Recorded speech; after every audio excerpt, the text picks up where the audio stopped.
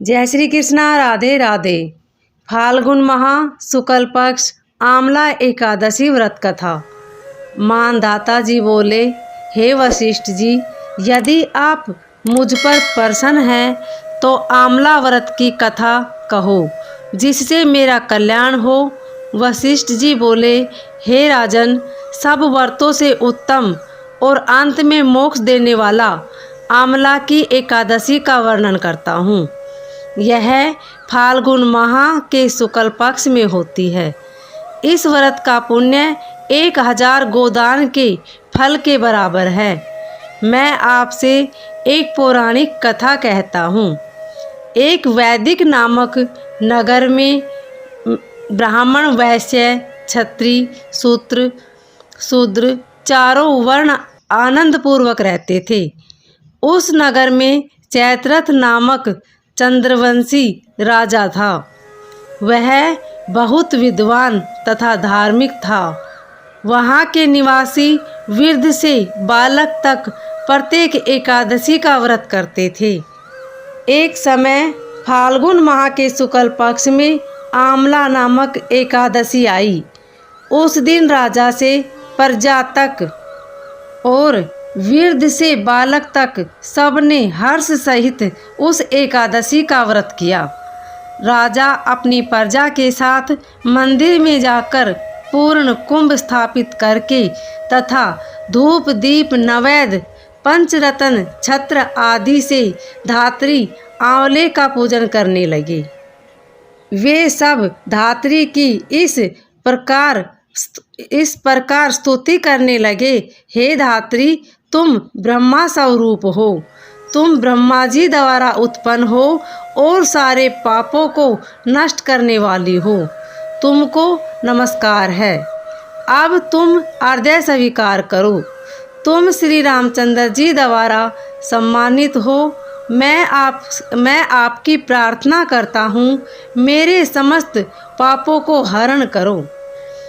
उस देवालय में रात्रि को सबने जागरण किया। रात्रि के समय उस जगह एक बहेलिया आया। वह महापापी तथा दुराचारी था। वह भूखा प्यासा था। वह उस जगह विष्णु भगवान की कथा एकादशी महात्म्य को सुनने लगा। बहेलिये ने उस रात्रि को अन्य लोगों के साथ जागकर व्यतीत की। प्रातःकाल होते ही सभी लोग अपने अपने घर गए। कुछ समय बीतने के पश्चात उस बहेलिया की मृत्यु हो गई। उस आमला एकादशी के व्रत तथा जागरण के प्रभाव से उसने राजा विदुरथ के घर जन्म लिया। उसका नाम वसुरथ रखा गया। बड़े होने पर वह चतुरंगिनी सेना के साथ सहित तथा धन धान्य से युक्त होकर 10 सहस्त्र ग्रामों का पालन करने लगा। वह तेज में सूर्य के, कांति में चंद्रमा के, वीरता में विष्णु भगवान के और क्षमा में पृथ्वी के समान था। वह अत्यंत धार्मिक, सत्यवादी, कर्मवीर और विष्णु भक्त था। वह सदैव यज्ञ किया करता था। एक दिन वह राजा शिकार खेलने के लिए गया।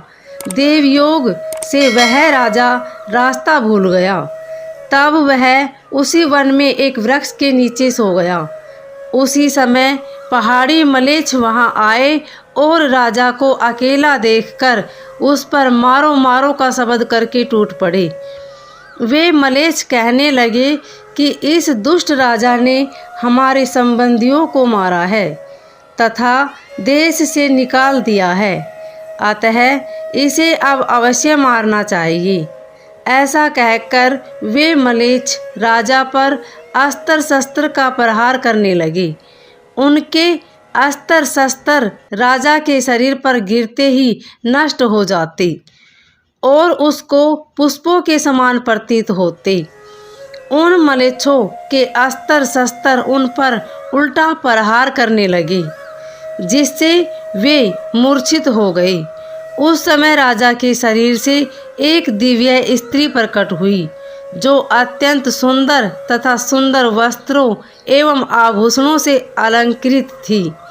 उसकी भुरकुटी टेढ़ी थी, आँखों से लाल लाल अग्नि निकल रही थी।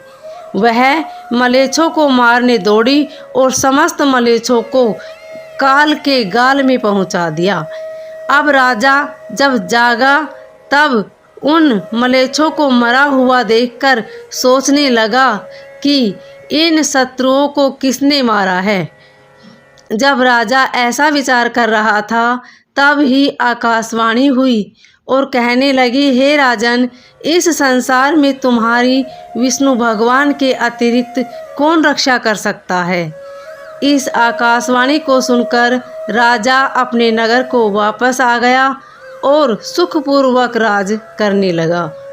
महर्षि वशिष्ठ जी बोले, हे राजन, यह सब आमल की एकादशी के व्रत का प्रभाव था। जो मनुष्य इस आमला की एकादशी का व्रत करते हैं वे सब प्रत्येक कार्य में सफल होते हैं और अंत में विष्णु लोक को जाते हैं। इस कथा का सार है, भगवान विष्णु की भक्ति शक्ति हमारे सभी संकटों को काटती है। यह मनुष्य की ही नहीं, देवों की रक्षा में भी परिपूर्ण तय समर्थ है। इसी शक्ति के बल से भगवान विष्णु ने मधुकैटभ नामक दैत्यों का संहार किया था। इसी शक्ति से उत्पन्ना एकादशी बनकर मूर नामक दैत्य का वध करके देवों को सुखी किया था। केवल एक बार आमला की एकादशी का व्रत करने वाले बहेलिये को जन्म जन्मांतर तक विष्णु भगवान की कृपा